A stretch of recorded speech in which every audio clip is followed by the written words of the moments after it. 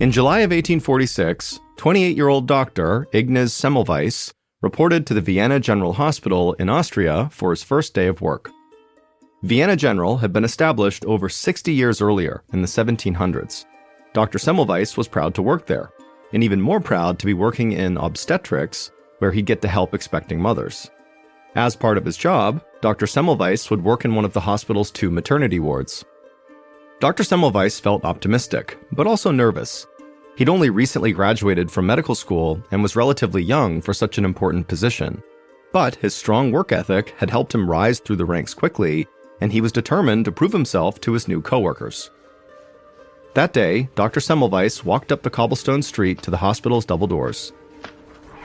He pulled them open and went inside, walking through the echoey hallways until he reached the first maternity ward, which was called the First Division. He wanted to make a good first impression on his new coworkers, so he smoothed out his mustache and straightened his jacket. Then he opened up the door, and what he saw next completely changed how he felt about his new job. A pregnant woman was kneeling on the floor, crying and screaming, but she wasn't giving birth. She was begging a doctor to let her leave and go to the other maternity ward, which was called the Second Division. The woman on the ground said she would do anything to be transferred there. If she stayed where she was sure she would die. Dr. Semmelweis had heard rumors about the First Division maternity ward. In fact, most people in Vienna had heard these rumors. There were whispers that the First Division was far more dangerous than the Second, that women who gave birth there were far more likely to become sick and die. Looking on from the doorway, Dr. Semmelweis wanted to rush forward and comfort the crying patient. But the other doctors had already lifted her off the floor and put her onto one of the many beds in the room, assuring her everything would be just fine, but she was going to stay here. Even though Dr. Semmelweis was technically in charge, he didn't want to interrupt what was happening. He still felt like he didn't really understand the dynamic of this place, and he needed to learn his way around the wards and win his colleagues' trust first. A few hours later, the same woman who'd been crying on the floor asking to leave the First Division went into labor, and Dr. Semmelweis supervised the delivery. And after seeing how scared this woman was, Dr. Semmelweis let the woman squeeze his hands during the delivery so tightly that his fingers turned blue. Thankfully, though, her delivery went smoothly and she gave birth to a healthy baby. But even though she and her child were okay, Dr. Semmelweis couldn't get the image of her crying and begging to leave the First Division out of his mind. The situation still made him very uneasy. He wanted to make sure women did not feel afraid under his care. And so Dr. Semmelweis made up his mind to learn as much as he possibly could about this First Division and see what was going on here. As afternoon turned to evening, Dr. Semmelweis pulled another doctor aside to talk about what he'd seen that morning. They stood in the hallway outside the First Division, their jackets stained with blood and sweat from a long day's work. Dr. Semmelweis told his colleague that they were both men of science. As such, he asked if there was any scientific proof that the First Division was in fact deadlier for the women inside of it than the Second Division. The other doctor said yes, there was scientific evidence that demonstrated that.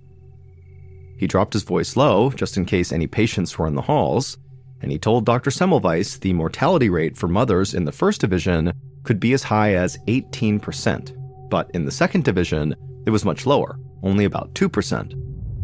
Dr. Semmelweis was shocked. Those numbers meant that nearly 1 in 5 women died in the first ward, but only about 1 in 50 died in the second. Suddenly, that woman's fear from earlier in the day seemed totally justified.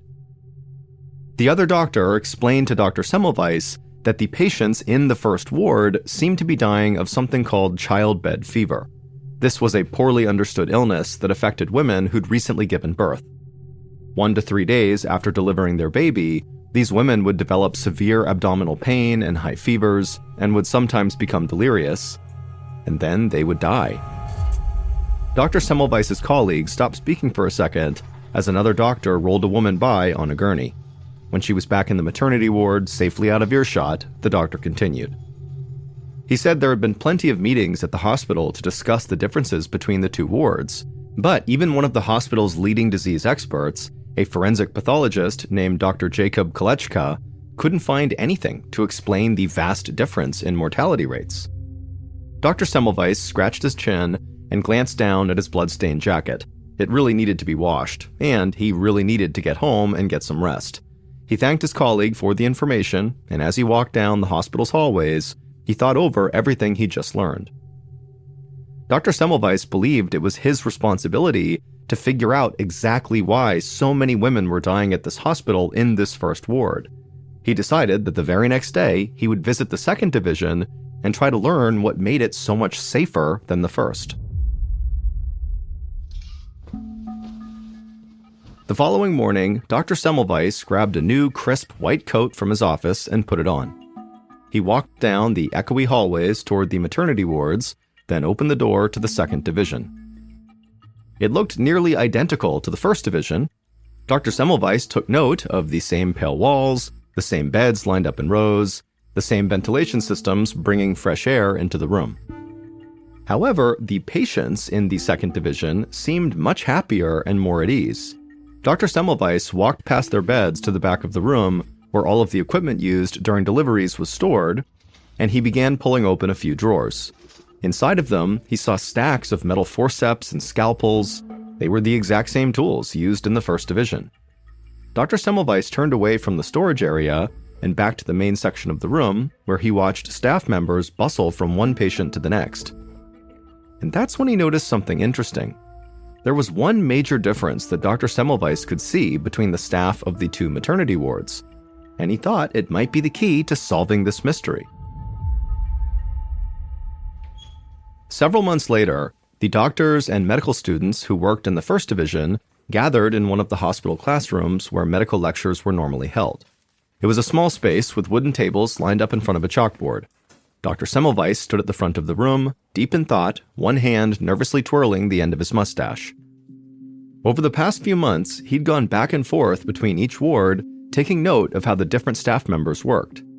Eventually, he believed that he'd gathered enough evidence to prove his theory, and so he'd called this meeting with everyone who worked in the first division to let them know what he'd discovered.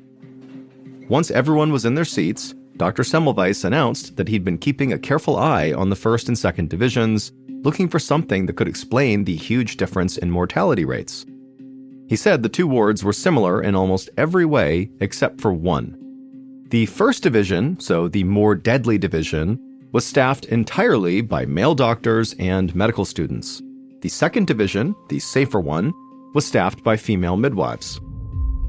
In the mid-1800s, when this story took place, midwives would have gone through an apprenticeship program, not a formal medical education. Because of this, they were considered less educated than doctors and wouldn't have been allowed to teach medical students.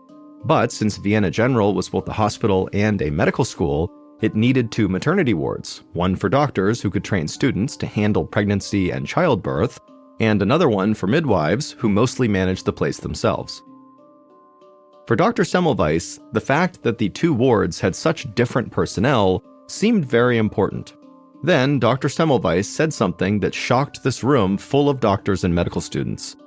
He wondered aloud if maybe the midwives actually knew how to deliver babies better than the doctors. The doctors scoffed, and the medical students shifted in their seats, uncomfortable with the idea that midwives might be more knowledgeable than they were. Dr. Semmelweis was uncomfortable too. It wasn't easy for him to consider that after years of medical training, he might not be as much of an expert as he thought. But Dr. Semmelweis didn't want to let his ego get in his way, so he pressed on. He told the men he'd noticed that women gave birth on their backs in the first division. That was a standard procedure for doctors, supposedly because it gave them a better view and more control over the birthing process. But in the second division, the safer one, where the midwives worked, women typically gave birth on their sides. This tended to be more comfortable for the patients and reduced the risk of injury. Dr. Semmelweis theorized that this difference might be the reason why so many women were dying in the first division. He told the doctors and medical students that moving forward, every woman giving birth in the first division should lie on her side instead of her back. Dr. Semmelweis watched the men murmur and roll their eyes, but he didn't react. He just thanked them for listening as the meeting ended. Then they filed out, leaving Dr. Semmelweis alone in the classroom. He exhaled, glad that the meeting was over. He still felt relatively new at Vienna General, and taking on this responsibility made him nervous. but he'd stepped up and done what he could to fix the problem in the 2 maternity wards. He left the classroom hopeful that this new change he had just implemented would actually work. Over the next few months, Dr. Semmelweis spent more time in the First Division, making sure everyone was following this new protocol by having the patients give birth on their sides. Now, there was not an immediate change in the mortality rates, but Dr. Semmelweis held on to hope that his idea would work eventually. Only it didn't. Almost every day, Dr. Semmelweis heard about or witnessed multiple women dying in the First Division. He had to admit that his theory must have been wrong. Even with this new policy, the mortality rate in the First Division was as high as ever.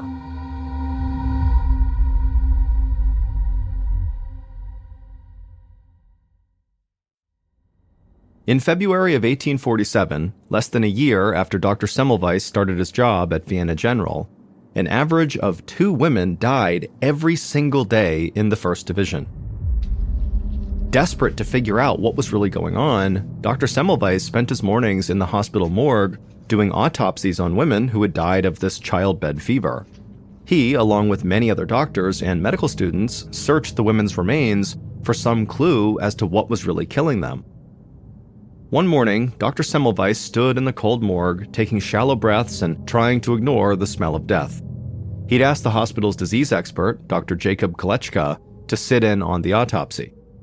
Dr. Kolechka was tall, broad-shouldered, and clean-shaven, with dark hair that he kept combed to one side. Dr. Semmelweis saw him as a mentor and was glad to have him looking on. Dr. Semmelweis pushed his scalpel into a woman's chest and began dragging it down her body. He peeled back layers of skin, fat, and muscle, and he found the same thing he did in other women who had died of childbed fever, an inflamed abdomen full of swollen sores and pus. Dr. Semmelweis and Dr. Kolechka both agreed that these were clear signs of some kind of infection. And yet, neither of them could determine what exactly the infection was or how it was spreading in the First Division. Dr. Semmelweis set his scalpel down and rested on a metal stool. He looked around. He was surrounded by dozens of dead bodies of women he was supposed to care for. He had blood on his hands, literally from the autopsy, and also figuratively, because he clearly had not been able to prevent all these women from dying, and so he felt like he had totally failed them. Dr. Semmelweis stood and wiped his hands on his jacket. He then told Dr. Kolechka that he needed a break from this place, the morgue, the maternity wards, the entire hospital. Maybe a vacation would help him clear his mind, and he could come back and look at the problem with fresh eyes. Dr. Semmelweis took off his bloodied jacket, hung it on a hook on the wall, and then went to tell his supervisors that he was taking a trip to Venice. A few weeks later, in March of 1847, Dr. Semmelweis returned from his vacation. The time away had done him good. He'd been able to rest, to enjoy the museums and food that Italy had to offer. Now that he was back in Austria, Dr. Semmelweis felt reinvigorated. He showed up at the Vienna General Hospital for his first day back at work, and as soon as he walked inside, one of his colleagues rushed up to him in the hallway. The doctor looked pale and sad. He told Dr. Semmelweis that there had been a terrible accident while he was gone. His mentor, Dr. Jacob Kolechka, had died. Dr. Semmelweis was shocked. Dr. Kolechka had been young. He asked his colleague what happened. The other doctor sounded unsure as he explained it. Dr. Kolechka had been doing an autopsy on one of the women who died in the First Division. It was all routine. Some medical students were even in the room helping with the examination. Then one of the students accidentally cut Dr. Kolechka's finger with their scalpel, and the wound became infected, and a few days later, Dr. Kolechka was dead. Dr. Semmelweis swallowed the knot that was growing in his throat, and he shook his head in disbelief. The story was as heartbreaking as it was frightening. Dr. Semmelweis did autopsies all the time. He never imagined that getting a tiny cut during one of those autopsies could kill him. But while Dr. Semmelweis was obviously reeling from this terrible news, his mentor's death also made him curious. He asked his colleague if an autopsy had been done on Dr. Kolechka's remains. His colleague said yes, and said that he would go down to the lead pathologist's office and grab the records if Dr. Semmelweis wanted him to. Dr. Semmelweis just shook his head and said he would head there himself right now. Just a few minutes later, Dr. Semmelweis sat in his dimly lit office, poring over his mentor's autopsy report. What he found in those pages astonished him. The physician who had performed Dr. Kolechka's autopsy wrote a detailed account of what he had found inside the dead man's body. Dr. Kolechka's abdomen was inflamed and filled with swollen sores and pus. It sounded exactly like what happened to the women in the first division who died of childbed fever. This was odd because the medical consensus at the time was that only women who had recently given birth could contract childbed fever. But Dr. Kolechka's autopsy report seemed to prove that idea wrong. Dr. Semmelweis thought it all over. His mentor had been doing an autopsy on a woman who died of, apparently, childbed fever, and Dr. Kolechka got a cut on his finger, which then became infected and led to his death. To Dr. Semmelweis, only one possibility made sense. Dr. Kolechka must have caught childbed fever from the corpse, that somehow it got into that cut. Suddenly, everything clicked for Dr. Semmelweis. The answer to the mystery of the First Division was right there in front of him. It all led back to the morgue. Dr. Semmelweis knew that each morning, doctors and medical students completed autopsies in the morgue. He did it too. And like doctors everywhere in those days, they did their grisly work barehanded. That's why it was so easy for Dr. Kolechka to get cut. Then, after being elbow deep in dead bodies that were often filled with infectious diseases, they would head up to the maternity ward to deliver babies, often without washing their hands first. Looking over his mentor's autopsy report, Dr. Semmelweis theorized that Dr. Kolechka contracted childbed fever from what he called cadaverous particles inside the corpse he was examining. They were probably all over the unwashed hands of doctors and medical students who did autopsies each morning. Then they spread those particles to women in the First Division, directly causing the spread of childbed fever. And Dr. Semmelweis had a clear explanation for why the same thing did not happen in the Second Division that was run by midwives. Midwives do not do autopsies. So there was no way they would ever come in contact with any of these so-called cadaverous particles that could spread this illness. Dr. Semmelweis pushed the autopsy report aside. He jumped up from his desk and sprinted down the hallway to the First Division. His findings could save countless lives. As soon as he got to the first maternity ward, Dr. Semmelweis made an announcement. After completing their autopsies, all doctors and medical students would be required to wash their hands in a chlorine solution before they entered the First Division. Chlorine was one of the only known chemicals that could completely remove the smell of dead bodies from clothing, medical tools, and people's skin. Because it got rid of the scent, Dr. Semmelweis figured it would also remove the cadaverous particles that were spreading this deadly illness.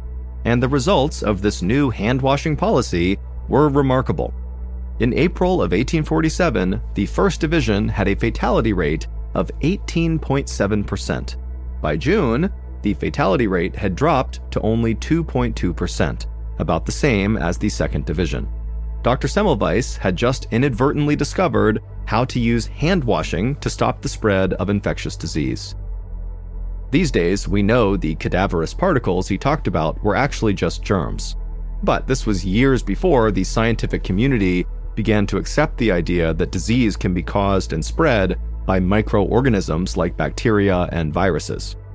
At the time, the idea of hand washing with anything more than just water was totally radical, and Dr. Semmelweis actually faced a serious backlash for his suggested policy. Many doctors at the Vienna hospital undermined him and refused to follow his protocols, because according to them, doctors were gentlemen, and gentlemen's hands were always clean. Dr. Semmelweis fought back and actually ended up losing his job. And unfortunately, after he was fired, the hospital returned to its totally unhygienic way of not requiring doctors and medical students and everybody who's on staff to wash their hands. It would take another 20 years for germ theory to catch on elsewhere and for hand washing with antibacterial chemicals to become common in medical facilities. By that time, Dr. Semmelweis was dead. He passed away in 1865 after contracting a bacterial blood infection called sepsis, which, ironically, he got after a cut on his hand became infected.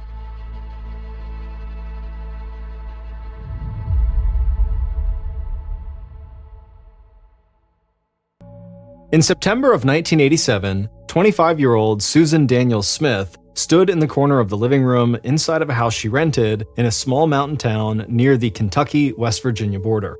People were talking loudly inside of this room, but Susan pretended not to be paying attention to what was going on around her. She lived in the small 4-room house with her 2 young kids and her ex-husband, Kenneth. And sharing a home with her ex-husband was bad enough, but recently, things had gotten a lot worse when he invited 2 of his friends to stay with them. They were a couple, and Susan knew they were dangerous. The man in the couple was known around town as Cat Eyes because he had piercing hazel blue eyes. And he was a hero to the petty criminals in the area because years ago, he had successfully robbed a bank and gotten away with over $300,000. And rumor had it, Cat Eyes had then gone out and blown all of that money on flashy cars and cocaine. Susan wanted nothing to do with Cat Eyes, and she definitely didn't want this man and his girlfriend anywhere near her kids. But she didn't try to kick them out of the house because she knew that would make her ex-husband Kenneth angry, and when Kenneth got angry, he could get violent. So, Susan stood there in the living room, staring off into space like she was in another world. But the whole time, she was really listening to Cat Eyes brag about his plan for his next big bank robbery. And as Susan listened, she decided Cat Eyes' plan was her ticket out of that small town and into a better life for her and her kids. Susan had spent years dreaming about getting out of the situation she was in. She'd been poor since she was born, and she had lived most of her life in an area of the Appalachian Mountains that was known for hosting an annual event called Hillbilly Days, and for being the home of a legendary feud between 2 famous families, the Hatfields and the McCoys. And so Susan just felt like everything around her, physically, emotionally, mentally, was trapped in the past.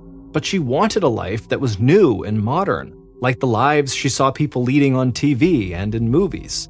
And she would spend hours at a time imagining what it would be like to go on an exciting adventure, or to fall in love with the perfect guy and move to a big house in the suburbs with a huge yard for her kids to play in. But Susan knew finding a new life like that would cost money, and she didn't even have enough money to rent a place of her own without her ex-husband. But now, standing in the living room, Susan believed Cat Eyes' next bank robbery could change her life for good. So while Cat Eyes dazzled his girlfriend and Kenneth with his latest plan, Susan slipped out of the living room and into the kitchen. She listened to make sure Cat Eyes was still talking, and then she placed a phone call. And when a man picked up on the other line, Susan spoke in a whisper, said a few words, and then hung up. Then she walked back into the living room and interrupted Cat Eyes to say she was going out for a jog but would not be gone for long, and she told Kenneth to keep an eye on their kids who were playing in another room. The group in the living room barely looked up at Susan, so she walked to the front door, stepped outside, and headed down the street towards the center of town. Susan was 5 foot 5 inches tall with short brown hair, and she wore cut-off jean shorts and a sleeveless shirt to show off her tan. The weather was warm, and she loved feeling the sun on her face, and even brief moments away from the chaos of her house made her feel like she was free. But as nice as it was outside, she reminded herself that this was not a leisurely walk. And as she thought about what she was on her way to do, she started getting nervous, and she felt like she had a pit in her stomach. Then, when she got to the center of town, Susan turned off from the main road onto a nearby deserted side street, and she saw an old Dodge sedan parked there. Susan glanced back and forth and looked over her shoulder, and when she was sure nobody was watching her, she walked down the street to the Dodge, opened the door, and slid into the passenger seat. Then she turned and said hello to the man sitting in the driver's seat. It was FBI agent Mark Putnam. Mark was only 28 years old, but he looked older in his dark suit and tie. And he had a confidence about him that made him seem like he'd been an FBI agent a lot longer than he actually had. Mark thanked Susan for meeting with him, and then asked what information she had that could help him. Mark had met Susan a month earlier when he had started working in the Pikeville, Kentucky FBI office, which was not far from where Susan lived. Coming to the small Kentucky town had been Mark's first major assignment at the bureau, and at the time, his wife had been shocked that Pikeville even had an FBI office. But Mark knew that region of Kentucky and West Virginia had long been a favorite spot for bank robbers, because the towns and surrounding hill country were dotted with small banks that carried significant amounts of cash, but didn't always have the same level of security that larger banks in bigger cities had. And so Mark had come to Pikeville primarily to crack down on bank robberies. and soon after his arrival, he had focused his attention on Cat Eyes. But to bring Cat Eyes down, Mark needed inside information. So he had reached out to local law enforcement to see if they could help him find a trustworthy informant, someone who would give him the information he needed to catch Cat Eyes in the act. And a sheriff's deputy had introduced Mark to Susan. Susan had dealt drugs in the past, and she had connections to criminals in the area, and most importantly to Mark, Susan knew Cat Eyes. But at first, the idea of becoming an FBI informant had horrified Susan, and she told Mark she would never rat out people she knew to the government, no matter what crime they committed.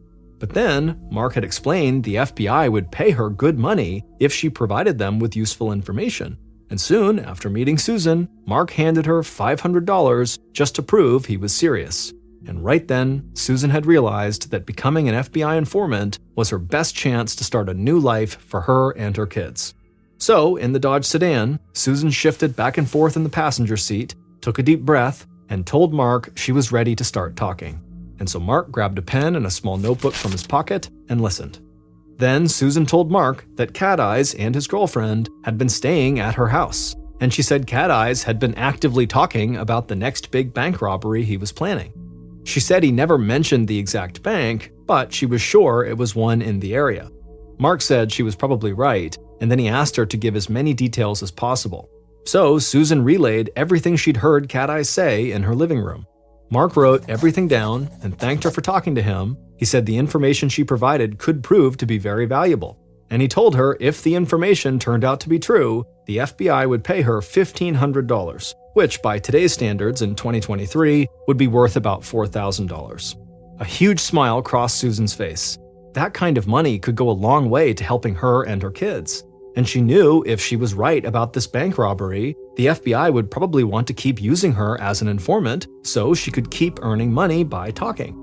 Then Mark reminded Susan to just act normal when she got back home and to not talk about the bank robbery at all.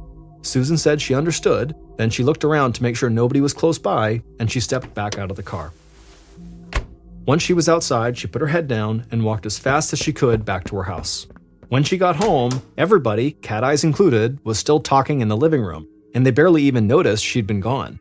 Susan let out a sigh of relief and went to check on her kids in the other room. And she told herself she just had to play it cool for a few days and then everything would be fine. And then, on September 10th, just a couple of days after Susan had met with Mark, Cat Eyes robbed a bank in Pikeville, Kentucky, and got away with thousands of dollars. But because of Susan's information, the FBI had been prepared, and so banks throughout the area had used dye packets to stain the cash in their vaults. And so a week later, when Cat Eyes tried to exchange the dye-stained bills he'd stolen for clean bills at another bank, the bank teller immediately called the FBI on Cat Eyes, and the FBI tracked him down. The information Susan had provided Mark had led directly to Cat Eyes' arrest, and so Susan got her $1,500 and proved she was an informant the FBI could trust. And for the first time, Susan started to believe she really could change her life, and that her dreams of having a big house and a safe, quiet neighborhood were about to come true.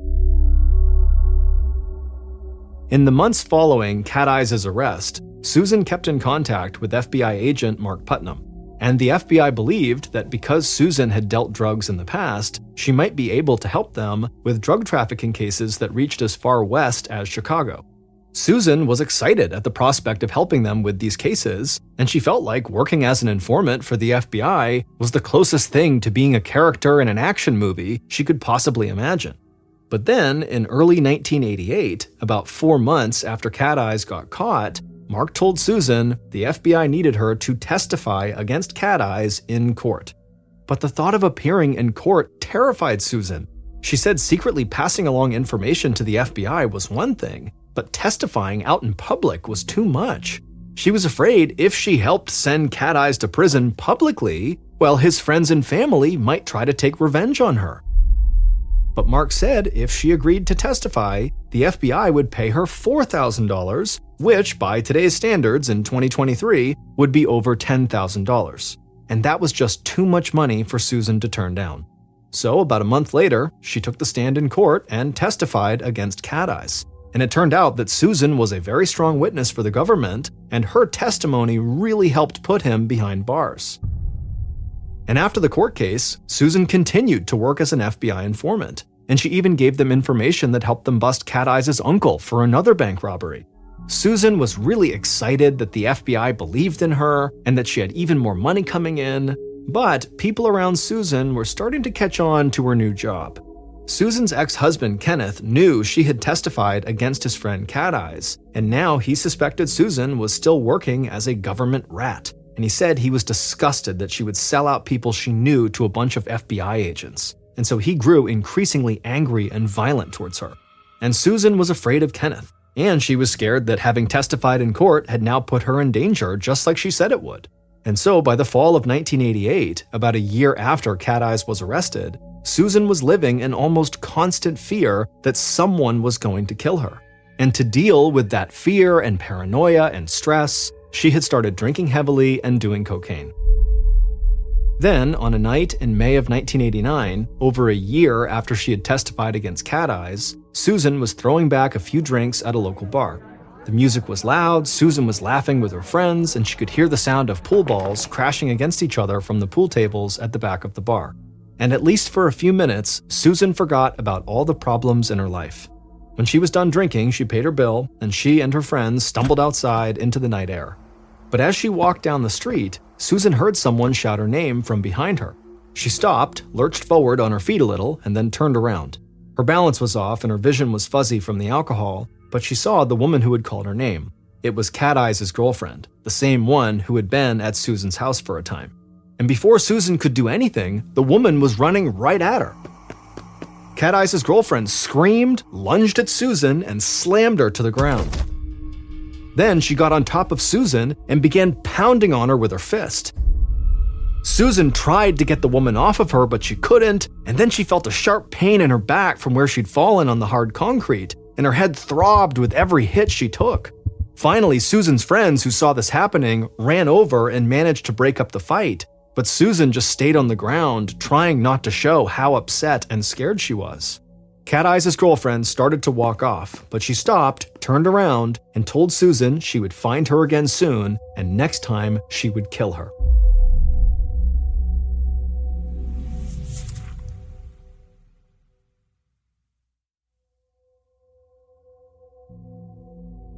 In the days following the fight with Cat Eyes' girlfriend, Susan's fear and paranoia got much, much worse. Every time she left her house, she was convinced she was being followed, and at home, she got jumpy whenever the phone rang, so she didn't feel safe anywhere. And she knew she couldn't keep living like that, so she turned to the FBI for help. But Agent Mark Putnam, who Susan had trusted and worked closely with, had transferred months earlier to the FBI branch in Miami, Florida. But during his time working with Susan, Mark had introduced her to another agent who he trusted, and Susan had worked with that agent as an informant as well. So Susan called that FBI agent and told him about everything that was happening in her life. The agent was concerned and he wanted to help, so he booked her a room at a motel in Pikeville, not far from the FBI offices. Susan was worried about being away from her kids for too long, but despite the ongoing huge issues she was having with her ex-husband Kenneth, he had moved into his own place and had been taking care of the kids far more often since Susan's life had started falling apart. So Susan felt like even if she went away for a little while, the kids would be looked after. And so Susan accepted the offer from the FBI agent and went to stay at the motel. A few days later, at 10:30 p.m. on June 8, 1989, Susan was standing outside her second-floor motel room smoking a cigarette. She wore gray gym shorts and a t-shirt. With the moon glowing bright in the sky, Susan stared at the outline of mountain peaks on the horizon. The view was beautiful, but it made Susan sad, because not that long ago, she had believed she was finally going to move somewhere else new with her kids to start a better life. But now, at only 27 years old, things seemed like they just kept getting worse for her, and Susan was losing hope that she would ever escape this place. Just then, Susan heard a car pull into the parking lot down below. She leaned over the second-floor railing to get a better look, and she saw the car was a Ford Tempo, and immediately she felt her pulse quicken because she recognized that car. Susan stepped back from the railing but kept an eye on the parking lot. Then she saw the driver step out and go into a room on the first floor. Susan stood there for a minute trying to decide what to do, but then she flicked her cigarette to the ground and rushed down the outside stairwell towards the front door of the room the driver had just gone into. When she got to that room, Susan started banging on the door. The door eventually opened, and immediately Susan just rushed past the driver inside. And as soon as Susan was inside, the driver slammed the door in frustration behind her. Then, just a few minutes later, the door opened again, and the driver and Susan rushed through the parking lot together, and they both got into the Ford Tempo car. Then the driver started the engine, hit the gas, sped away from the motel, and they turned onto a dark mountain road. On the morning of June 16, 1989, 8 days after Susan and the driver of the Ford Tempo had left the motel, Detective Richard Ray of the Kentucky State Police sat down at his desk in the state police offices in Pikeville. Ray was 54 years old, and he had recently started thinking about retirement. He was the most experienced detective working out of the Pikeville office, and he'd started to get tired of all the bureaucracy he felt like he was always running up against in the department. But Ray didn't let his thoughts of retirement keep him from doing his job. And his bosses knew that whenever there was a particularly tough case in the area, Ray was the man they wanted leading the investigation. Ray took a sip of coffee and saw a handwritten note addressed to him on his desk. He picked up the note and quickly read it over. The note was a request from his boss for Ray to look into a new missing persons case. So Ray took another sip of coffee, put his mug down, and walked across the station to talk to the officer who'd taken the missing persons call. And the officer told Ray the missing person in question was a woman named Susan Daniel Smith, and that her sister had called in after not seeing or hearing from Susan for several days. Ray nodded and said he'd get right on it. He'd worked in the area long enough to know who Susan was, and that she had been working as an FBI informant, and Detective Ray also knew that that meant she could be in real danger. So he headed out of the office and drove to the nearby town where Susan's sister lived. And when Ray arrived at her house, Susan's sister led him inside, and they sat down at the kitchen table. Detective Ray was a man of few words, but when he did speak, he had a warm, reassuring voice, and he told Susan's sister he was going to do everything he could to help. And she told Ray that Susan had mentioned she was going to stay at a motel in Pikeville for a few days, and that after that she might go to Chicago with some friends. When Ray heard this, his first thought was that Susan might have actually gone out of town just to help the FBI with something. But he kept that to himself, and he asked if it was possible Susan had just extended her trip for a few days. But Susan's sister said that Susan would never do something like that without calling, or at least without checking in on her kids. And Susan's sister knew that Susan's kids had not heard from their mom in over a week. Ray said it was good that she had called it in, and then a serious look came across his face, and his voice got even quieter. And he asked Susan's sister if she knew of anyone who might want to hurt Susan. And without missing a beat, she said Susan's ex-husband, Kenneth, was a violent man. Detective Ray thanked Susan's sister for her time and said he would keep her informed when he learned more. Then Ray walked back through the house, stepped outside, and got into his car. Ray knew Susan's ex-husband, Kenneth, had dealt drugs in the area for years, and that he was a friend of Cat Eyes, the bank robber Susan had helped put away. But before Ray could track down Kenneth, he knew he had to check in with the FBI. The missing person was one of their informants, and he had to make sure his investigation was not going to interfere with something they were working on with Susan. So, later that day, when Ray got back to the station, he reached out to the FBI. The relationship between the FBI and the state police in Pikeville was not always the best. FBI agents, especially young ones, often clashed with state troopers when working cases together, and there seemed to be a level of distrust from both sides. But Detective Ray had worked closely with several FBI agents in the area, and he knew they were committed to their jobs just like he was. And even if he didn't always see eye to eye with them, he knew they generally shared the same goal as him, to keep the people in the area safe. So Ray spoke to the FBI agent who had recently begun working with Susan, and when the agent heard Susan was missing, he got very concerned. He told Ray that she had been given a room at a local motel, but it was his understanding that she had left town and gone to Chicago. Ray and the agent talked a little bit longer, and then they agreed to keep in touch and let the other one know if they discovered anything new. And so after touching base with the FBI, Ray contacted Susan's friends and family to see if any of them had information that could help him. And after talking to Susan's friends, it didn't take long for Ray to start hearing more about Kenneth, her ex-husband, as well as a few other people around town who apparently had a personal grudge against Susan. In the following weeks, Detective Ray thought he had at least 2 legitimate suspects who he believed could have something to do with Susan's disappearance: her ex-husband, Kenneth, and Cat Eyes' girlfriend. But while trying to pursue those leads, Ray suddenly ran into a lot of the issues at his job that had started to frustrate him and make him think about retiring. Ray discovered that as far as state police leadership and the FBI were concerned, Ray had no proof that any crime had actually been committed. Susan's body had not been found, and there was no evidence that any violence had taken place at the motel where she had been staying, or at the homes of her ex-husband, her sister, or any of her friends. And so as Ray tried to argue his case for bringing in suspects for questioning, he was continually told that the missing person, Susan Daniel Smith, had a history of using and dealing drugs, and that there was a good chance that she had just left town to deal or use drugs in a place where she wasn't so well known. Ray felt like he'd run up against a bureaucratic brick wall, and that his investigation was stalling before it really even got started. And his job only got harder when he was quickly assigned to other cases, and anything involving Susan got put on the back burner. But as he moved on to these other cases, Ray refused to put Susan's case completely aside, and he made time, even if it was just for a few hours a week, to keep his search for Susan going. Because he believed that even if this young woman had made some questionable choices in her life, she still deserved to be found and protected. And so for months, Susan remained missing, and Ray continued to put pressure on his superiors to let him pursue the people he believed could be responsible for Susan's disappearance. And finally, in January of 1990, 7 months after Susan was last seen, Ray was allowed to bring Susan's ex-husband, Kenneth, in for questioning and a polygraph, or what some people call a lie detector test.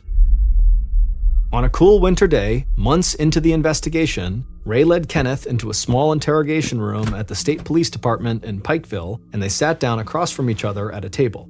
Kenneth was tall and handsome with long brown hair, and he wore jeans, a t-shirt, and cowboy boots that he tapped on the floor while he talked. Since Susan's disappearance, Kenneth had been taking care of their kids on his own, and he told Ray that he was trying really hard to clean up his act and become a better father. He said he'd gotten a job and that he'd kicked using drugs of any kind. But despite Kenneth's claims, his hands were jittery, and he was talking so fast that Ray wondered if the man was high right there in the interrogation room. But then, Detective Ray asked Kenneth if he knew where Susan was, and Ray's sense of calm seemed to immediately rub off on Kenneth, and so Kenneth, he took a breath, and then clearly laid out a timeline of when he had last seen and spoken to his ex-wife. He said Susan had stayed with him and the kids at his new place for a night back in June, right before she was planning to leave town, but then she never called or showed up again. Detective Ray nodded, and then he asked Kenneth about past arguments and physical altercations he had had with Susan. And Kenneth said he knew he had been a terrible husband and a terrible father in the past, but as Kenneth leaned across the table and looked right at Detective Ray, he said he had nothing to do with Susan going missing. And by the end of their discussion, while Ray was not willing to rule Kenneth out as a suspect, he was inclined to believe that Kenneth truly didn't know what had happened to Susan. And the polygraph that Kenneth willingly took proved to be inconclusive. So Detective Ray knew he had to keep looking for answers elsewhere, and that meant he would have to convince his superiors to give him the time and resources to go after other suspects. But not long after he met with Kenneth, Ray was preparing to make his case to his superiors that he needed more time and support when he got a call from Susan's sister. And when Ray asked her if everything was okay, she started laughing on the other line, and she said he could stop searching for Susan. Ray shook his head like he must have misunderstood her, and then he asked her what she meant. And Susan's sister told him that one of their cousins had gotten in touch to say she'd recently spoken to Susan on the phone, and so Susan must be okay. Ray really wanted to believe Susan was somewhere safe and sound, and that she had made that phone call, but he had to follow up on it to be sure. So he took down the name and address of this cousin, thanked Susan's sister for letting him know, and then he headed out of the station with the hope that he might actually find Susan. In mid-January, 7 months after Susan's disappearance, Detective Ray sped down a country road outside of Pikeville. And after driving for several miles, he turned onto a dirt road, and then a few minutes later, he arrived at a small trailer home. Ray parked his car and stepped out into the cool winter air. Then he walked through the overgrown grass towards the front of the trailer, and he saw the door was open. But before he could say anything, he heard a woman shout from inside, and he heard footsteps cutting across the trailer. And then the woman appeared in the doorway with the barrel of a shotgun pointed right at Ray. Ray put his hands up, introduced himself, and reassured the woman he was only there to help find her cousin Susan. The woman looked Ray over and then lowered the gun. Susan's cousin was 52 years old, but she looked way older than that to Ray. And even though she'd put her weapon down, she still stared at him like she didn't trust him. So in his very calm voice, Ray asked her about the phone conversation she'd had with Susan. But Susan's cousin suddenly had a strange look come over her face, like she was trying to remember something from a long, long time ago.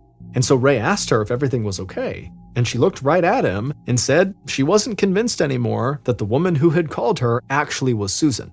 She said she might have been on some prescription pills at the time that made her a little loopy and confused, and so maybe that's why she thought it was Susan when really it wasn't. And then she leaned in close to Ray and said that she thought someone might have been playing a prank on her. Ray smiled and thanked her for the help, then he turned and walked back to his car. The truth was, he had no idea what to make of this. He could easily believe this woman had mistaken another caller for her missing cousin, and he was sorry to admit it, but he also believed there were people in town who were cruel enough to play a prank like that on a lonely woman like her. So by the time Ray got back to the station, he was feeling desperate. It had taken months for him to get the okay to question Susan's ex-husband, and now his hope that Susan had contacted a family member had disappeared in one quick conversation with the cousin, and Ray knew he didn't have the support to just keep pursuing this case for as long as he wanted. But he was not willing to give up yet, and he still believed he could find Susan. So he went back to the one group he thought might be able to help him, the FBI. And finally, after months of his investigation, Ray had a face-to-face meeting with an FBI agent that would help shed new light on the case. And soon after that meeting, Detective Ray and members of the FBI would have a clear picture of what happened that night at the motel, and they would find Susan. Based on the information from Ray's face-to-face meeting with the FBI agent and interviews conducted throughout the investigation, here is a reconstruction of what authorities believe happened on the night Susan disappeared, June 8, 1989. On June 8, 1989, at 10:30 p.m., the Ford Tempo pulled into the motel parking lot. The driver stepped out of the car and glanced up at the second floor. The driver saw Susan standing there in gray shorts and a t-shirt, but the driver just put their head down and tried to move fast enough so Susan would not see them. Then the driver headed into a room on the first floor, closed the door behind them, and sat down on the bed. But only a few minutes later, the driver heard someone pounding on the door. They knew it had to be Susan, so they took a deep breath, got up, and opened the door. And as soon as the door opened, Susan barged in and started screaming and yelling. The driver shut the door behind her and tried to calm Susan down, but she wasn't calming down. She just kept on yelling. The driver knew the motel walls were thin, and they didn't want to draw any attention to themselves, so they grabbed Susan by the hand, led her out of the room, into the parking lot, and over to their car, the Ford Tempo. They both got inside, Susan kept yelling, and the driver just immediately fired up the engine, pulled out of the parking lot, and they made their way out onto a dark mountain road. But as they drove, Susan just continued to yell, and the driver struggled to concentrate on the narrow, winding road, so they eventually found a clearing to pull into, and they parked the car. But once the car was stopped, Susan just got louder and louder. She was angry, and she was saying things that didn't make any sense, and so the driver finally snapped at her and told her to be quiet, but she just kept going. The driver tried to interject and to make her listen, but Susan didn't want to hear anything they had to say. And soon, all of Susan's words started to blend together, and the driver could feel a sharp pain starting behind their eyes, and they really wanted Susan to just stop talking. So finally, the driver slammed their hands down on the dashboard and then lunged across the car at Susan. The driver wrapped their hands around Susan's throat and started squeezing as hard as they could.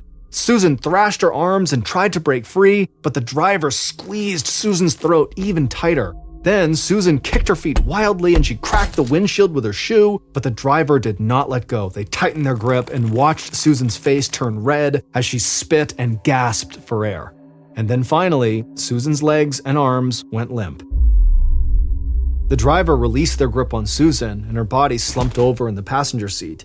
Then the driver looked down at their hands and they were shaking, and they saw there was a cut on one of them, and they looked at Susan's body and the cracked windshield, and suddenly the car felt like it was spinning. So the driver took a breath and tried to keep themselves calm. Then the driver glanced outside to make sure no cars were on the nearby road. And when they were sure they were alone in this clearing, they got out of the car, went around to the passenger side, opened the door, and pulled Susan's body out onto the ground. Then the driver stripped Susan out of her shorts and shirt and carried the clothes around to the back of the car. They popped open the trunk, tossed the clothes in, and then went back to Susan's body. The driver crouched down, picked Susan up, and then threw her into the trunk as well. Then they got back into the car, pulled out onto the mountain road, and headed back towards the motel. At the motel, the driver showered, bandaged their cut hand, and stayed awake all night. Then, on the following morning, they drove to a meeting with Susan's body still in the trunk of their car, and later that night, they got rid of Susan's clothes in a trash can, and then they drove the Ford Tempo down a series of mountain roads that led past an old coal mine to a dense wooded ravine. There, the driver parked the car, went around to the trunk, pulled out Susan's body, and laid it down in the ravine beneath a pile of weeds and underbrush. Then the driver left the ravine, got back inside of their Ford Tempo, and headed back to the motel. And the following week, they flew to Miami and headed home to see their wife and kids before going into work at the offices of the FBI. FBI agent Mark Putnam, the man who had first recruited Susan as an informant, had strangled Susan to death and left her body in the middle of nowhere. It turned out Mark and Susan had been having a secret affair while she was working for him as an informant. But when Mark had left for Miami, Susan felt completely used and discarded, and when she tried to call Mark, he had pushed her away. But then, in June of 1989, Mark had to return to Pikeville to help wrap up a case he'd worked on while he was there. And it turned out the other FBI agent Susan had worked with knew about her and Mark's relationship. And so when Susan had reached out to that agent for help after Cat Eyes' girlfriend attacked her, she told the agent she was pregnant with Mark's child. And the agent believed Susan had the right to confront Mark about the baby, so he told her that Mark was coming back to town, and he booked her a room at the motel where Mark would be staying. So then, on the night of June 8th, wearing gray gym shorts and a t-shirt that belonged to Mark, Susan had waited for him to pull into the parking lot and go to his room. And when Mark went into his room, Susan followed him inside. And she said she was going to tell Mark's wife and his superiors at the FBI that he had slept with one of his informants and gotten her pregnant, and that's when Mark had pulled her out of the room and taken her to the car, and after they had parked in that clearing and continued to argue, Mark finally grabbed Susan and strangled her to death. It would turn out Detective Ray had actually suspected Mark from the beginning, but investigating an FBI agent for possible homicide was extremely difficult and complicated. But when Ray had finally gotten the FBI to set up an interview, Mark denied he had had an affair with Susan and said she had made the story up about her being pregnant, and he said he had nothing to do with her disappearance. Susan's claim that she was pregnant with Mark's child would never be confirmed, but that interview with Mark still led authorities to a piece of incriminating evidence. Mark had rented the Ford Tempo through the FBI when he went back to Pikeville. But he had returned the Tempo early and rented another car. And the rental car company had noted that the Tempo had a badly cracked windshield. And when Mark was confronted about the cracked windshield by investigators, he struggled to come up with a viable excuse for it. And after that, Mark panicked, and his version of events quickly started to fall apart, and he eventually admitted to having an affair with Susan, and then he confessed to killing her. It was the first time in history that an FBI agent would be convicted of murder. But Mark still had one move he could make that could save him from life in prison. He said in exchange for a more lenient sentence, he would tell Detective Ray, state police, and the FBI where he had left Susan's body. Mark signed a plea deal and gave law enforcement the location of Susan's body, and on June 5, 1990, almost exactly a year after Mark had killed Susan, Susan's remains were located and retrieved. And soon after, Susan's family was able to bury her in a private funeral. As part of his deal, Mark pleaded guilty to first-degree manslaughter, and he was sentenced to 16 years in prison.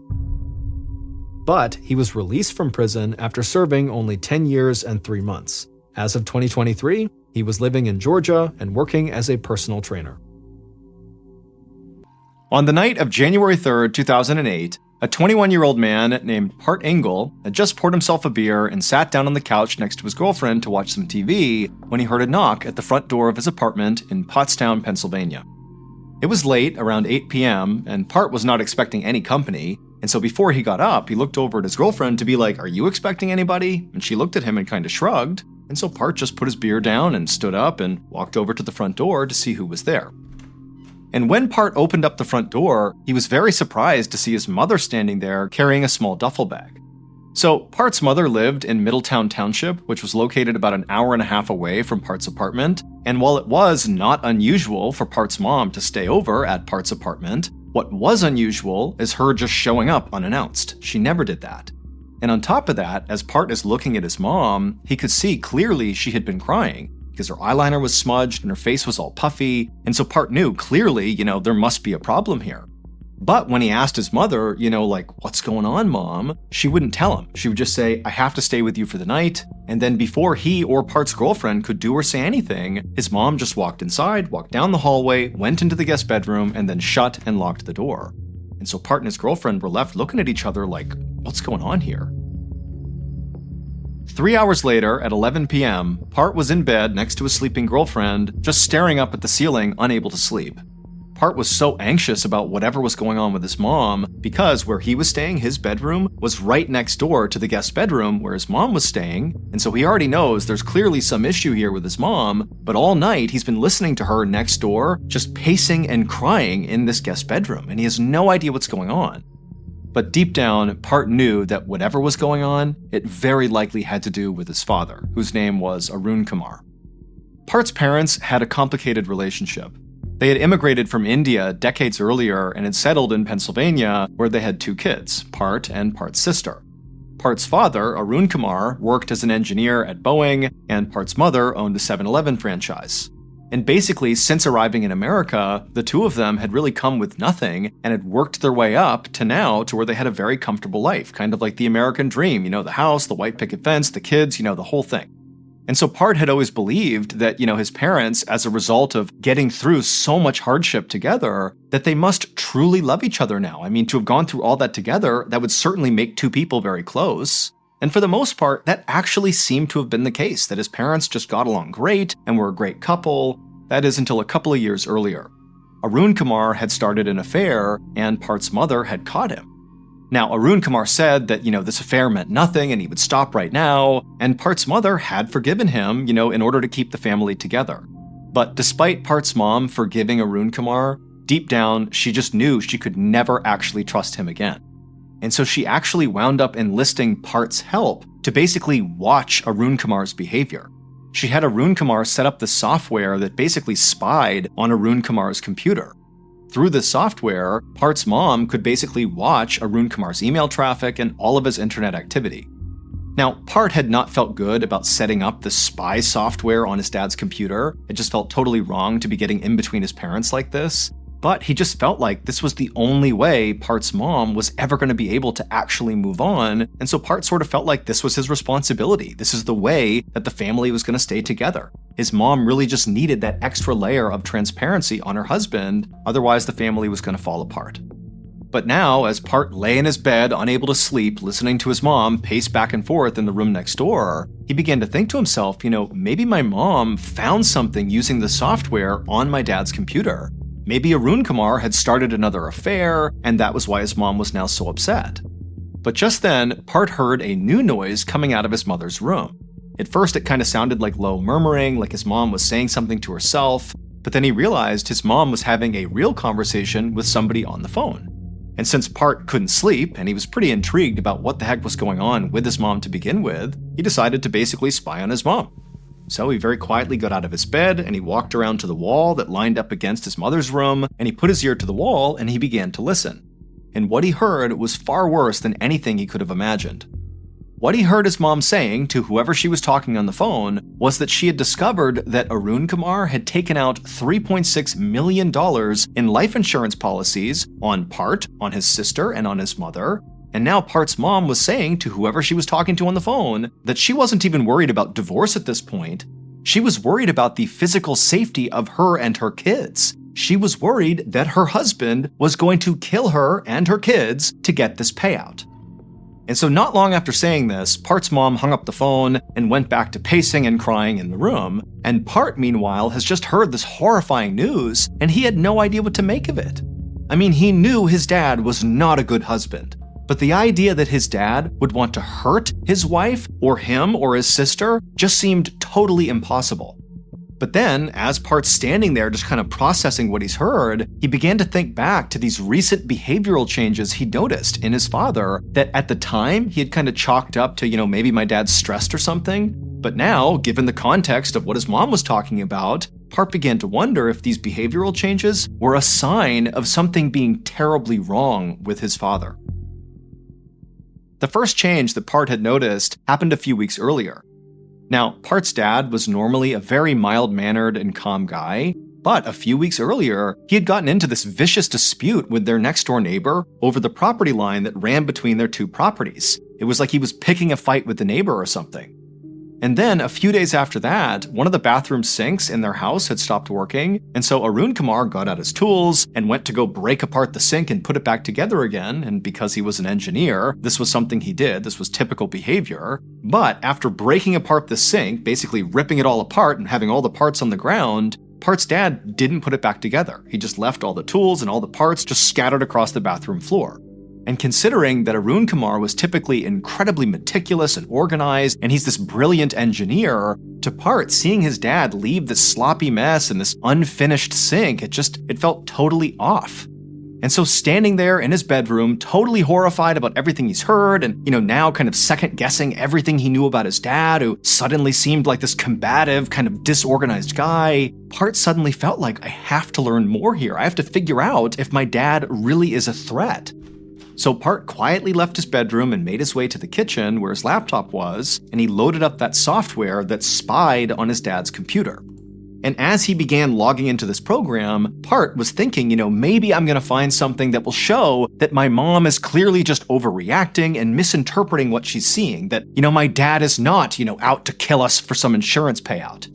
But after loading up this program and kind of scanning through some recent activity, Part realized that actually the situation with his dad was way worse than his mom had made out on that call he overheard.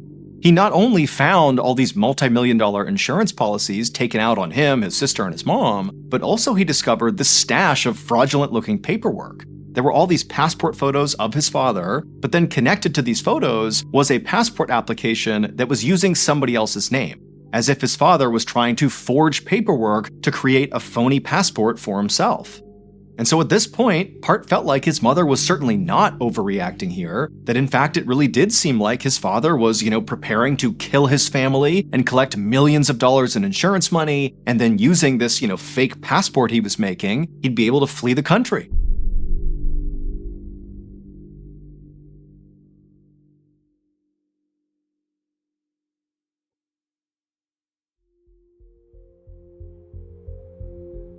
For the next several days, Part's mom stayed at Part's apartment, but she barely ever left the guest bedroom. And then when she would leave the bedroom, Part would go up to her and try to ask her, hey, what's going on, without giving away how much he knew already. But Part's mom was like, nope, I don't want to talk about it, and she would just go right back in the room, shut and lock the door. And so finally, after several days of this, Part just went to his mom's bedroom door, he knocked on the door until she answered, and then before she could kind of shoo him away, he said, Mom, stop, I know what's going on, I read the emails, and we have to figure out what we're going to do, because our lives literally depend on it. I agree with you, it looks like Dad is going to kill us and then flee the country. And so Part and his mom would talk through all the details of what was found on his computer, and ultimately they would decide that Part would be the one to go to police and tell them what was going on with Arun Kumar. And so the next day, Part went to the police station, with a stack of evidence that he believed would implicate his father, and Part was so nervous about this, he was shaking. But when he talked to an actual police officer, they looked over his evidence and they heard the whole story, but they told him, look, we really can't do anything about this. They told Part that, it's not illegal to take out life insurance policies on your family, and then also the police officer pointed out that in addition to Arun Kumar taking out those policies on his kids and his wife, he had also taken out a policy on himself and made his wife and his kids the beneficiaries of that policy. And so the police officer said, look, this does not look like a murder plot to me, it just looks like your dad is doing something fairly responsible. And then as for the passport application paperwork where his dad had used a phony name, the police officer said, look, he has not filed this paperwork, and so it's not illegal what he's doing. Anybody can get some paperwork out and fill it in with whatever they want. It becomes illegal if they attempt to actually pass it off and submit the paperwork, and as far as we know, he hasn't done that. So that's weird, but it's not illegal. And so Part had to leave the police station, and he went back to the apartment and he told his mom what happened. And ultimately they decided that all they could do now was just wait and continue to watch that software that monitored Arun Kumar's computer and just hope Arun Kumar would do something that was incriminating that they could then bring to the police and say, see, he's trying to kill us, and collect a payout and flee the country.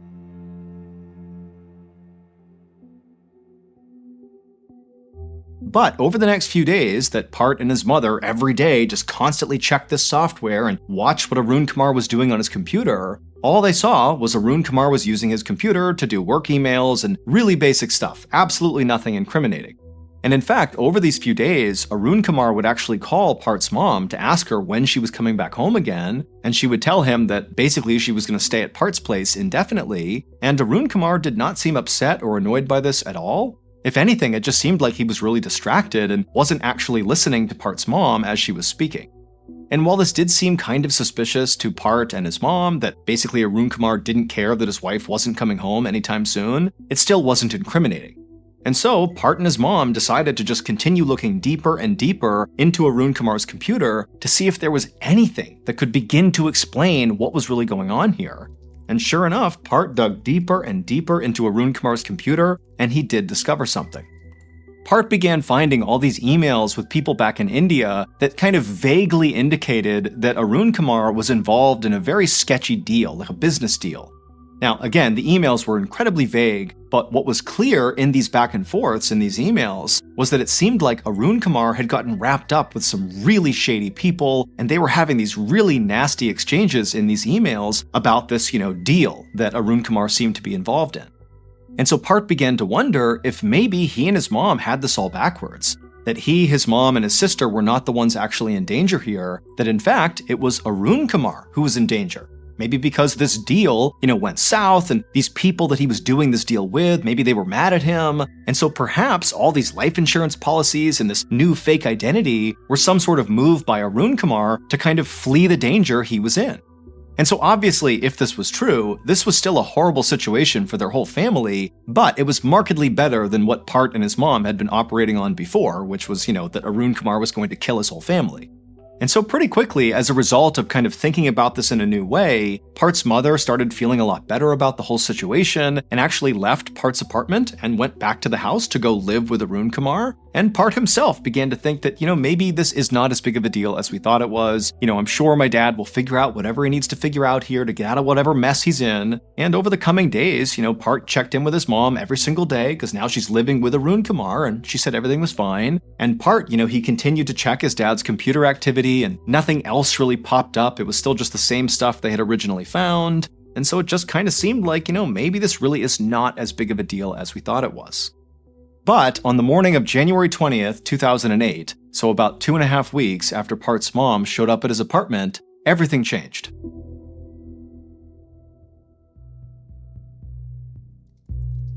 On that morning, Part logged into his computer to check on his dad's computer using that software because he was still checking it every single day. And the first thing he saw was his dad had sent this email to this woman who Part didn't know, and this woman was certainly not his mother. And in this email, his dad told this person that he had a big contract coming up and he was going to make a ton of money from it. And then also at the end of this email, he told this woman that he loved her. And so right away, Part's thinking, okay, my dad is obviously having another affair because this is not my mom and he's saying he loves her. And also, what's my dad talking about with this big contract coming up? Is he talking about the insurance policies? Does he expect those to pay out soon, indicating that I, my sister, or my mom might be dead? And then also, the other thing that Part noticed that morning as he's checking through his dad's computer activity is he found another message his dad had sent out recently where he communicated to somebody that his father had died. So Part's grandfather had died. And also in this message, Arun Kumar is telling this person that he's going to go to his dad's funeral alone, that his wife and 2 kids were not invited to this funeral.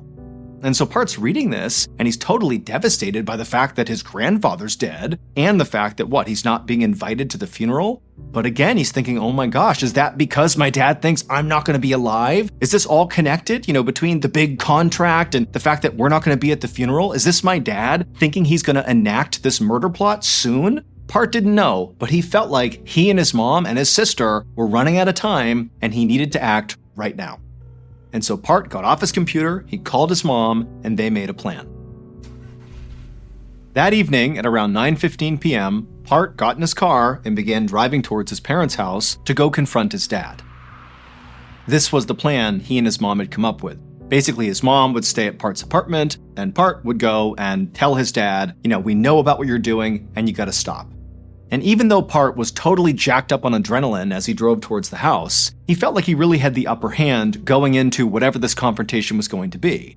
Because, number one, Part was showing up totally unannounced at night to his dad's place. His dad's going to be caught off guard when he sees him. And also, Part knew he was much physically bigger than his father. Part was over 6 feet tall and over 200 pounds, and so he had the physical angle as well. And so Part really felt confident driving towards the house that he was going to come out the victor in whatever ensued.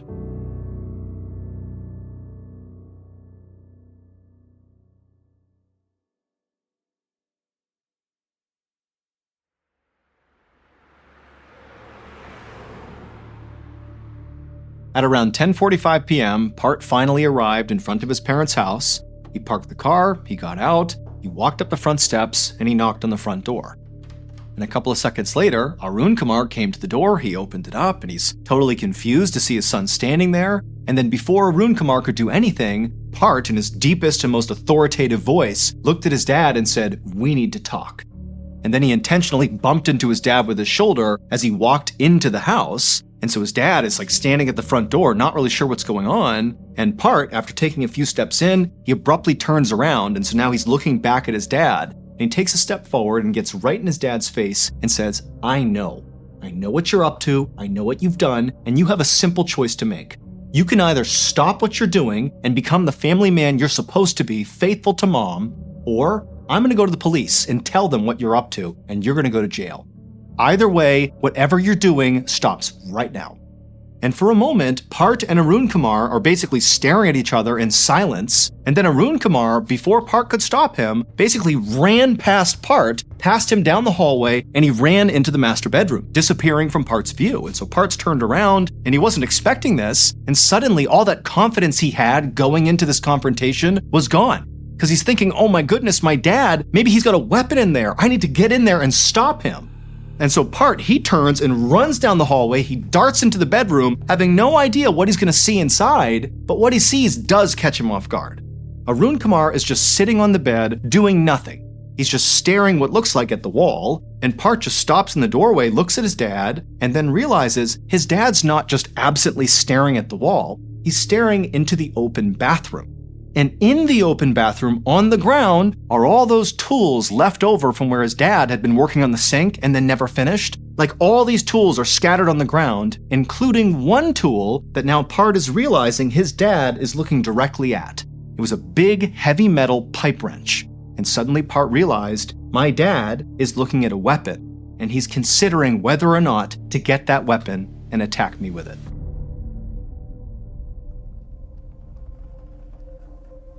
The next morning, Part's mother pulled up in front of the house that she shared with Arun Kumar. She walked up the steps, went to the front door, she opened it up, and as soon as she stepped inside, she yelled out, hello, who's here? But there was silence. And immediately she got a bad feeling, but she knew she had to investigate. And so Part's mom began slowly walking down the hallway, the same hallway that Part and his dad had been fighting in the night before. And she went down the hallway and she turned and looked into the master bedroom, and she couldn't believe what she saw. There was blood on the carpets, on the walls, it was a bloodbath, and in the middle of the room was an obvious dead body that was so mutilated and destroyed, she couldn't even identify it. And so seconds later, she had run outside and dialed 911.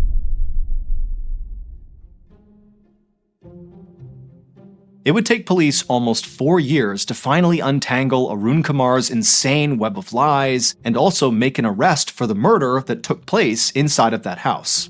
And the reason it took nearly 4 years is because nothing in this case was what it looked like. Now, Part and his mother had been correct about a number of things about Arun Kumar. For example, Arun Kumar was having another affair, he had taken out life insurance policies on his whole family, and he was looking to obtain a fake identity. They were also right that Arun Kumar had become embroiled in a very shady deal back in India, but the specifics of that deal were not what Part and Part's mom thought it was.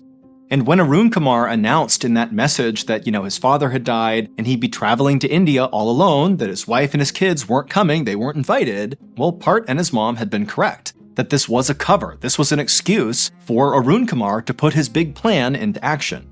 And Arun Kumar's big plan did involve murder, and so Part and his mom were right about that aspect of his plan. However, Arun Kumar's target for this murder was not who Part and his mom thought it was. They were not the target. Arun Kumar was going to murder himself. Or more specifically, he was going to pretend to kill himself. That was actually the shady deal he was involved in back in India. He was working with people who could help him fake his own death. And so what he was going to do is go to India, fake his death, and then once he was dead on paper, that would trigger an insurance payout of his own life insurance policy, and that money would go to his wife and his kids, and then Arun Kumar would disappear using his fake identity he would have, along with his mistress, the woman he was having an affair with. That was the person he had sent that email to talking about the big payout. But Part and Part's mom did not know this last critical piece of Arun Kumar's plan. They really believed they were the target of this big plot, that they were going to get killed. And so that's why they felt like they had to act first. So on January 20th, 2008, Part and his mother worked out an alibi for themselves. What they were going to tell people is that at around 8 p.m., Part went and picked up his mother from the house that she shared with Arun Kumar, and the two of them just went back to Part's apartment, and that was it. But in reality, Part never went over and picked his mom up and brought her back to the apartment. Instead, she was at the house with Arun Kumar when Part showed up at 10:45 p.m. to confront Arun Kumar. So it was him and his mom at the house as Part is demanding Arun Kumar come clean and stop what he's doing. And then at some point during this heated argument in the hallway, Arun Kumar turned and ran into the bedroom, and Part chased after him. And Part, he sees Arun Kumar sitting on the edge of the bed, and he thinks his dad is looking at the pipe wrench on the floor in the bathroom, and Part thinks, my dad is about to get that wrench and attack me with it. And so Part just acted first, and he ran and grabbed that wrench, and he beat his father to death with it. And then after leaving his father's unrecognizable, mutilated body just lumped in the middle of the bedroom floor, blood all over the walls, he and his mother just left the house and went back to Part's apartment. And then the next day, Part's mom went back to the house, and she pretended to find Arun Kumar's body, even though she already knew he was in there. And then she called 911 and acted totally beside herself when they showed up, as if she had just happened upon her husband's dead body. But almost 4 years later, when the truth finally came out about this horrible situation, Part and his mother were arrested. Now, both of them absolutely maintained that they genuinely believed their lives were in danger because of Arun Kumar, and they said during that confrontation in the house, Part was only acting in self-defense. He really believed his dad was going to grab that pipe wrench first, and so he had to do it before him, and that's why he killed his dad. But ultimately, Part would plead guilty to manslaughter, and he would be sentenced to 33 months in prison, and Part's mother would plead guilty to conspiracy, and she would be sentenced to 10 months in prison.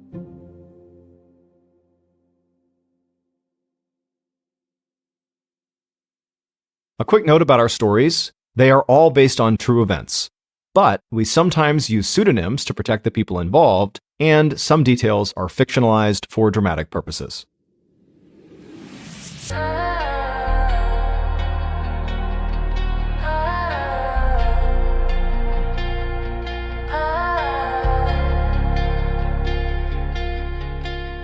Something pressure heavy, sleep like mine never ready. Dreams folded in my backpack, ran through a whole getting shaky. They said do what you love, but they never paid my phone. So I work all night for a future that don't answer when I call home. Eyes red, heart racing, coffee instead of peace. I don't chase fame or fortune, I just wanna breathe. Deadline dreams, chasing me, running fast but stuck in between.